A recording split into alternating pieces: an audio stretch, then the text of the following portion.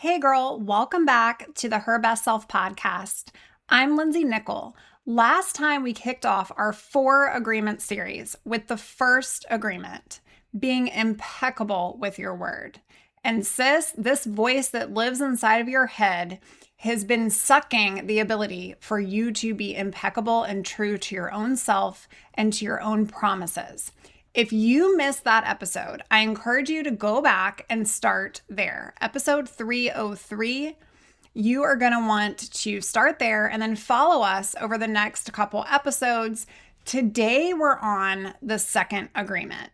And friend, this one is a stinger. And I mean that in all the good ways. It is a game changer for your recovery. I can't wait to dive into the second agreement with you. Let's do this. Hey girl, welcome to the Her Best Self podcast. I'm Lindsay Nickel, former competitive figure skater and perfectionist, turned God-led imperfect boy mom and digital CEO. If you find yourself constantly thinking about food and wondering if you'll wake up one day free from the obsessive thoughts and behaviors controlling your life, then I've created this podcast for you because I know exactly what it's like to be a downright hot mess trapped in a destructive cycle of disordered eating. I finally found freedom and you can too, girlfriend. So if you're ready to heal your relationship with food and body and break the chains of control and show up in your best health, then grab your favorite Tarjay journal and let's get to it so you can start living your best life as your best self. Hey, sister friend, it's that time of the day. I'm actually sitting here about to record this episode with you and then go into the Recovery Collective with my amazing ladies whom I have the pleasure and honor of being able to support in our support group that we do every other Wednesday, twice a month. If you want to learn about how you can become a member of the Recovery Collective, go on out to herbestself.co/recovery collective. But that's not what we're here to talk about today. What we're here to talk about today is the second agreement. Dun, dun, dun. And sis, here it is. Here it is. Don't take anything personally. Oh my gosh, I know. Easier said than done. But I want you to stay with me. I actually hate this one because I love it so hard. Have you ever hated something because you love it so hard? Because when you understand why you take things personally and what it's actually costing you, this agreement becomes one of the most freeing tools that you can have in your toolbox of recovery. And you know that I love armoring you up with all the tools in your toolbox. So here's the truth about the 4 agreements in the book that stopped me cold. And specifically the second agreement. You take things personally because you make the assumption that everything is about you. And I cannot even underscore that enough. I remember back in my own recovery journey, my therapist said, Lindsay, this just isn't about you. And I was explaining to her a situation that was going on. And I think I've talked a little bit about on the show, like I had a pretty toxic roommate at the time. I had a wonderful boyfriend at the time who I broke his heart. And I'm going on and on about me, and what I should do and da-da-da. And she goes, Lindsay, this isn't about you. Everything isn't about you. And being the only child, I was like, yes, it is, lady. I don't even think you know what you're talking about. Anywho, I digress. The comment that your coworker made yesterday, the way that your friend looked at your plate or your spouse sizing you up, the stranger's glance when you walk by sprint walking, you take it in, you absorb it, and you make it mean something about you.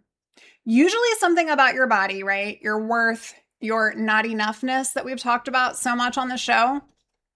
But here's the liberating truth today. Nothing that other people do is because of you at all. I've talked about this before, but this agreement is so important. What people say, what they do, what they think, how they show up, what color their hair is a projection of their own reality. Their beliefs, their traumas, their wounds, their fears. You don't need a psych degree to know that, right? Whether they're having a bad day, their own relationship with food and their body. It is never about you. It's about them. And that's good and bad, right? When somebody comments on your body, even a compliment, I want you to hear that that's coming from their programming, their diet culture, their stuff, their Instagram feed. It is not the truth about you. It is literally a window into them. And here is why this matters so much when you're going through eating disorder recovery or even trying to focus on better body image. The eating disorder is obsessed with making everything about you. It is the most self-focused voice in your head that is all soul-sucking. I know you know. Every glance, every comment, every room you walk into, every pair of pants you put on, the disorder narrates as that everyone's looking at you and they're judging you and they're looking at your body. Are you too thin? Are you too fat? Are you too this? Are you too that? They notice. They know everything. Why? Because when everything is about you, guess what happens?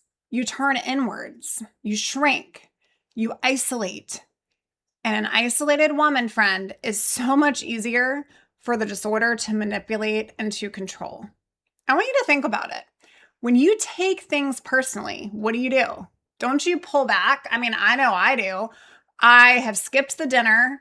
I have canceled the plans. I have avoided the mirror, avoided the people, avoided the room. Actually, I have honestly stared into the mirror trying to find something wrong with myself and come up with 100 reasons why. Because I've taken things personally that other people have said. And this is what happens. You retreat into the disorder's loving arms. And she loves it because she's right there and she's your best friend. Not really. Taking things personally is one of the fastest ways to just hand the disorder all of your power.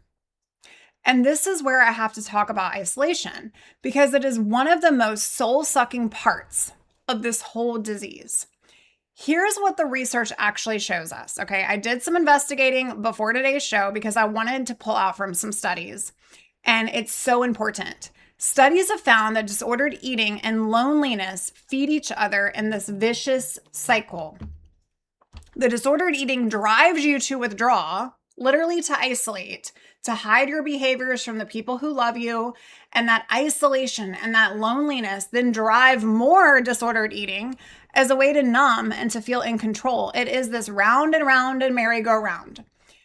I have found study after study after study that talks about how the disorder's isolation strengthens more isolation and leads to more control.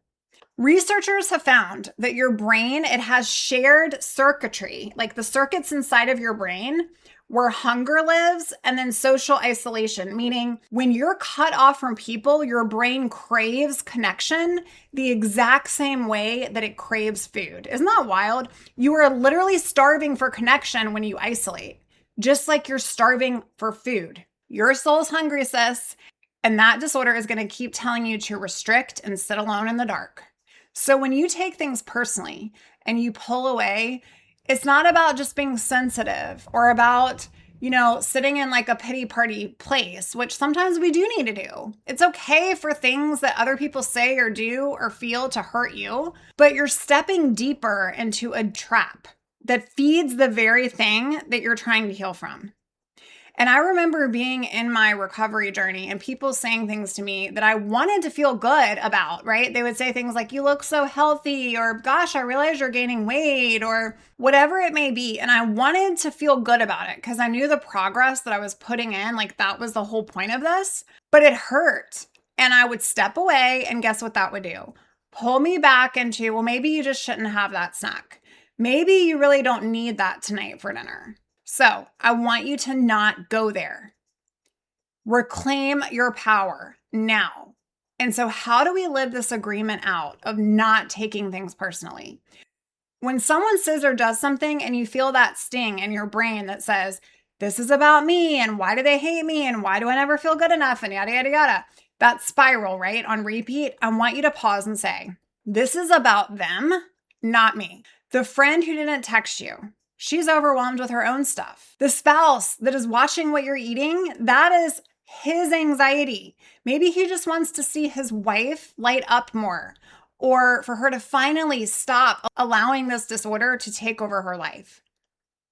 Maybe your mom giving you all of the good advice, or your sister, or whomever it may be, but yet she's on a diet. Maybe that is her stuff coming up from her wound. The comment about your body, that's their programming talking.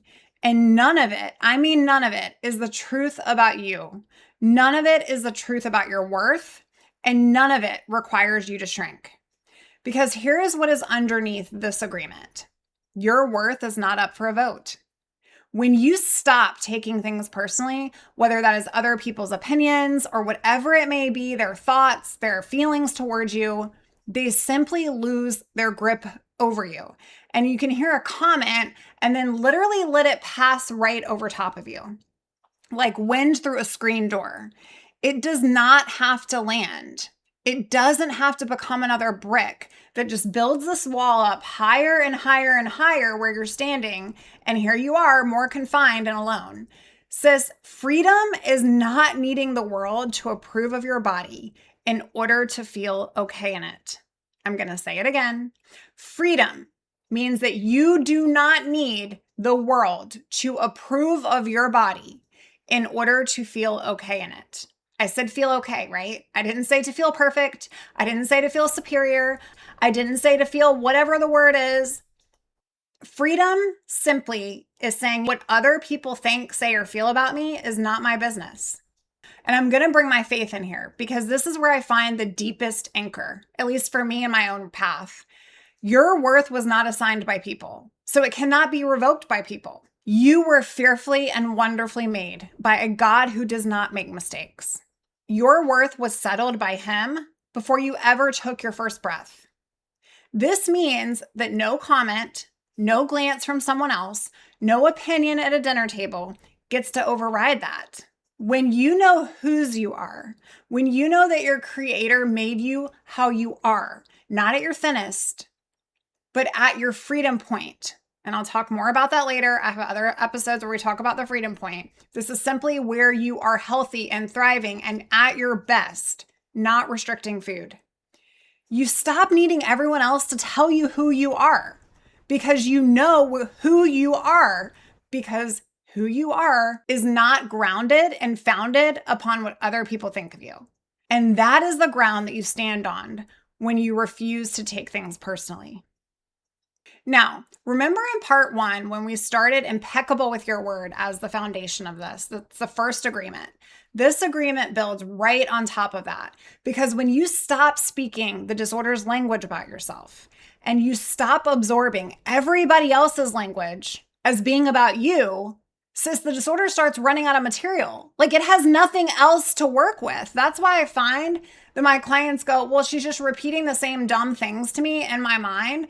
Yes, yes, and yes, because it gets old. She has nothing left to work with. And you get to start taking your power back. You can come out of the isolation, the little bubble. You can walk back into the room, into the relationships, into the life that's waiting for you. This is not it for you. And so here is the work that I want you to try on this week. When something stings, a comment, a look, a glance, silence even, I want you to catch the spiral and practice this sentence. This is about them, not me. This is theirs, not mine. I want you to let it pass through you, literally, like water off of a duck's back. And then do the brave next thing that the eating disorder hates the most. Don't isolate. I want you to send a text. If you're a coaching client of mine, shoot me a Voxer. Say yes to the plan with your husband or with your friend. Stay in the room around other people. Reach toward a person instead of retreating into the disorder's lies.